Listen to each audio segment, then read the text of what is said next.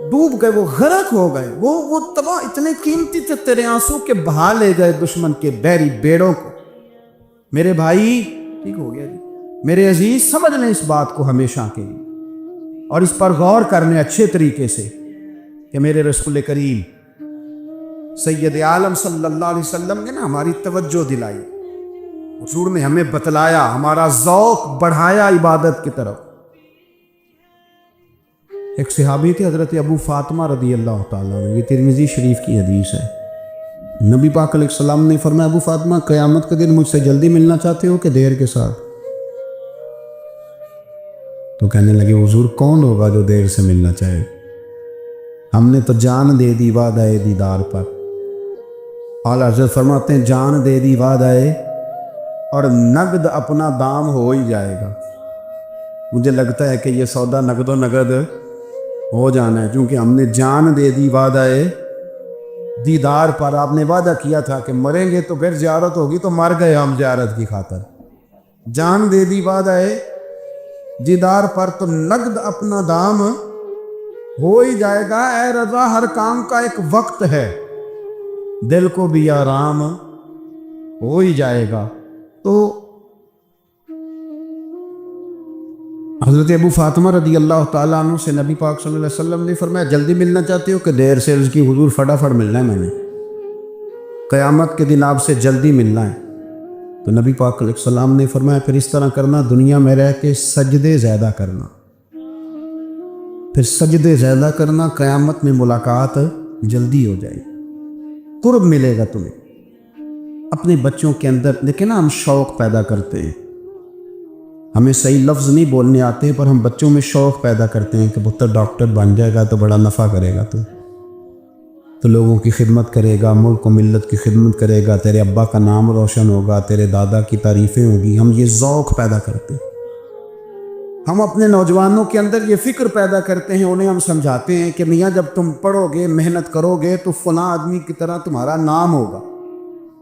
یہ جتنا ذوق ہم بچوں کے اندر ان چیزوں کا پیدا کرتے, ہمیں حکم ہے کسی طرح ہم ذوق پیدا کریں کہ پتر نماز پڑھے گا تو اللہ راضی ہو جائے گا, تو سجدہ کرے گا. دیکھیں نا میرے رسول کریم علیہ السلام نے فرمایا, 7 سال کے بچے کو مسجد لے کے جاؤ, یعنی اسے شوق دلاؤ, اس کے اندر یہ خاصیت پیدا کرو کہ اس کا دل کرے مسجد میں جانے, اس کے اندر یہ خصوصیات لاؤ کہ وہ, ہمارے ہاں نا ہر چیز کو پروموٹ کیا جا رہا ہے, ہر چیز کو, یعنی سر سنگیت سکھانے کے لیے اکیڈمیاں بن گئی, ہر شے پروموٹ ہو رہی ہے. عبادت کا جذبہ کم ہوتا جا رہا, اللہ اللہ کا ذوق ہمارے اندر نہیں رہا. اور اتنا مشکل ہم نے اپنے لیے بنا لیا ہے کہ وہ بندہ جو بڑی زبردست مذہبی گفتگو کر رہا تھا اور تگڑی بات کر رہا تھا, کیا بات ہے, لیکن نماز کے بارے میں کمزوری دکھا جاتا ہے, نوافل کے بارے میں وہ چپکے سے نکل جاتا ہے. امام احمد بن حنبل رحمۃ اللہ تعالی علیہ, مسند امام احمد بن حنبل 14 جلدوں میں ہے مارکیٹ میں, اور مجھے تو خیر پسند ہی بڑی ہے, میں نے کئی دفعہ پڑھی ہے. اور کیا بات ہے, امام احمد بن حنبل کیسے تگڑے قسم کے محدث تھے, اور اللہ نے کتنا انہیں اعزاز عطا فرمایا ہوا. یہ کوڑے بھی کھاتے تھے دین کی خاطر, سارا کرتا لہو سے باہر بھی جایا کرتا, بڑا اعزاز والا شخص تھے, بڑے اعزاز والے. حدیثیں جمع کرنا, حدیثیں لکھنا, حدیث پڑھانا, سارا دن رہتے تھے. کہہ سکتے تھے کہ میں کر تو رہا ہوں کام, اور حدیث بھی موجود ہے کہ عالم عابد سے افضل ہوتا ہے, پر اس کے باوجود امام احمد بن حنبل رحمۃ اللہ علیہ 300 نفل فرض نمازوں کے علاوہ پڑھا کرتے, 300 نوافل روز پڑھا کرتے تھے. ان کے بیٹے نے کہا, ابا جی مکان خریدنا ہے تو وہ جگہ کہاں کر کے لوں, بہت ساری آبادیاں, تو فرمایا پتر وہاں لینا جہاں مسجد قریب ہو. میرے رسول کریم سید عالم صلی اللہ علیہ وسلم اتنا پسند کرتے مسجد کو, اتنا پسند کرتے نماز کو, کہ رسول کریم صلی اللہ علیہ وسلم تہجد کی نماز بھی پڑھتے, پھر حضور فجر کی نماز بھی پڑھتے. نبی پاک وتر کو الگ کر کے پڑھتے, عشاء کے ساتھ نہیں پڑھتے. یہ تو ہم اس لیے اجازت دی ہمارے بزرگوں نے کہ بعد میں اٹھے گا کون علیحدہ وتر پڑھنے کے لیے. عشاء کے ساتھ پڑھ لی، وطر پڑھتے، تہجد پڑھتے، فجر پڑھتے، اشراق پڑھتے، چاشت پڑھتے، پھر مغرب کی نماز کے بعد 6 رکعت اوابین پڑھتے، پھر رات کو صلاۃ اللیل پڑھتے۔ سیدہ عائشہ صدیقہ کہتی ہیں زمانہ سو جاتا اور میرے رسول مصلی بچھا کے کھڑے ہو جاتے۔ او یار، کھیتی باڑی کر کے نہیں، محنت مزدوری کر کے نہیں، جناب عائشہ کہتی ہیں میں یہ بھی دیکھتی کہ حضور ایک آیت شروع کرتے تو ساری رات اسی کو پڑھتے، اور میری نظر جاتی تو قدم مبارک پہ ورم آ جاتا۔ یار نماز پڑھ کے، اتنی مشقت کر کے، اتنی جد و جہد کر کے ورم آ گیا، یا رسول اللہ اتنی محنت کیوں کرتے ہو؟ فرمایا افلا اکون عبدا شکورا، کیا میں اپنے رب کا شکر گزار بندہ نہ بنوں؟ صحابہ کا ذوق عبادتوں کا، ریاضتوں کا، تلاوتوں کا، طبیعت ہے ان کی۔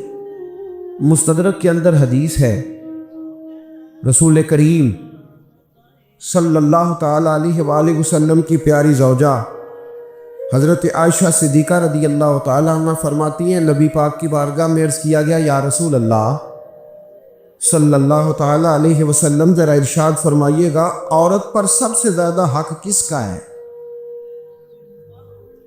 حضور ذرا بتلائیے گا عورت پر سب سے زیادہ حق کس کا ہے؟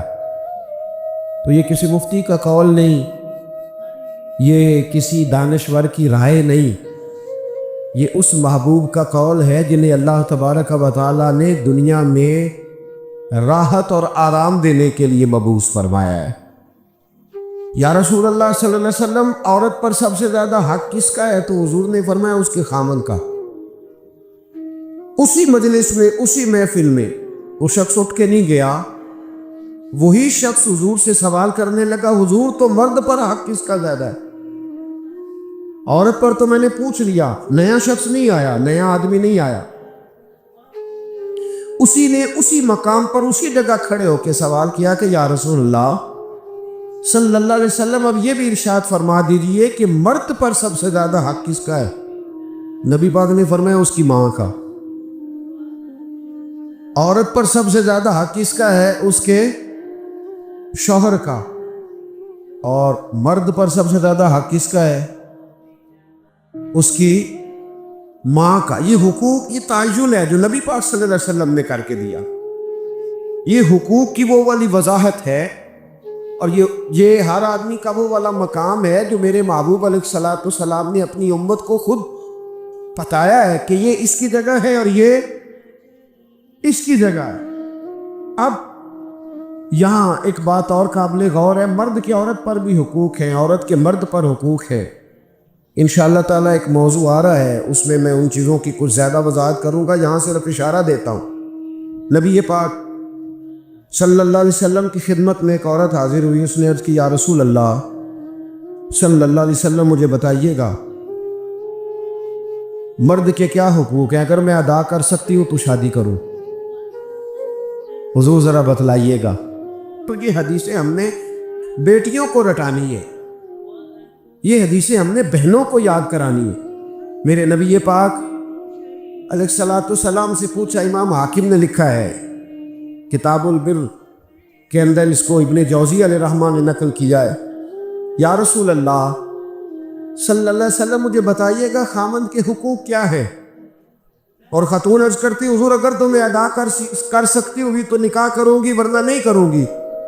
اللہ کے رسول صلی اللہ تعالی علیہ وآلہ وسلم نے ارشاد فرمایا بھئی بات یہ ہے کہ اگر خامند کے جسم سے پیپ نکلے، ریشہ نکلے اور خون نکلے، عورت اپنی زبان سے صاف بھی کرے تو پھر بھی خامند کا حق ادا نہیں ہوتا۔ اور نبی پاک صلی اللہ علیہ وسلم نے وضاحت کر دی، کسی جگہ آپ کو نہیں ملے گا کہ اللہ کے محبوب نے فرمایا ہو کہ میں اگر سجدہ جائز ہوتا تو میں لوگوں سے کہتا مجھے کرو، یہ کہیں نہیں فرمایا۔ اللہ کے امام الانبیاء ہیں، محبوب اس حدیث میں فرمانے لگے سنو، اگر خدا کے علاوہ کسی کو سجدہ جائز ہوتا تو میں عورت کو کہتا کہ اپنے خامد کو سجدہ کرے۔